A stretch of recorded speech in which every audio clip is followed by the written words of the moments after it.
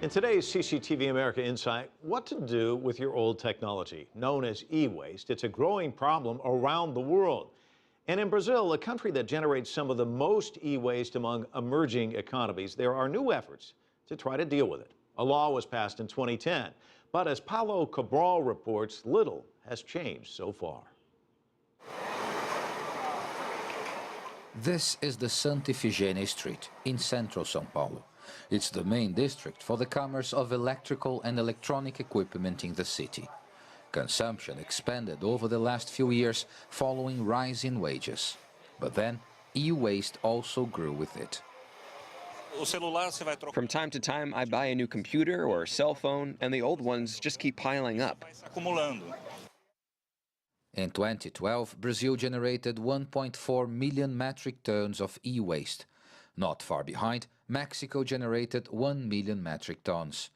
Both Brazil and Mexico were top producers in Latin America in 2012, but still far behind countries like the United States, with more than 9 million metric tons, or China, over 7 million metric tons.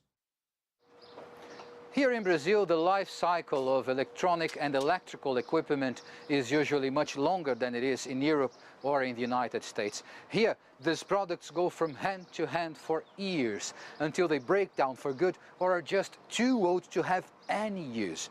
The big problem is that only a tiny fraction of all this waste is disposed correctly to make its way into recycling.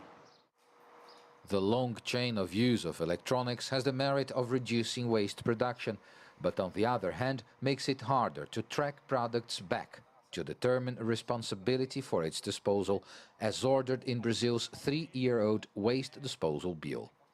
We still do not have any practical consequence or achievement from the implementation of the law. We need to put the law into practice.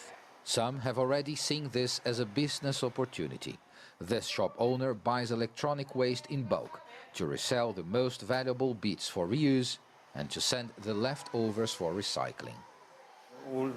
Electronic waste is a valuable product, but there are many people that just don't seem to understand it. The Brazilian Association of Waste Management Companies estimates that less than 1% of the e-waste generated in Brazil's biggest city, Sao Paulo, is recycled, mostly to recover metals like copper and gold encrusted in these boards.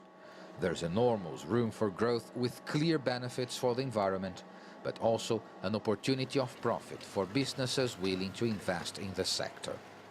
Paulo Cabral, CCTV, Sao Paulo.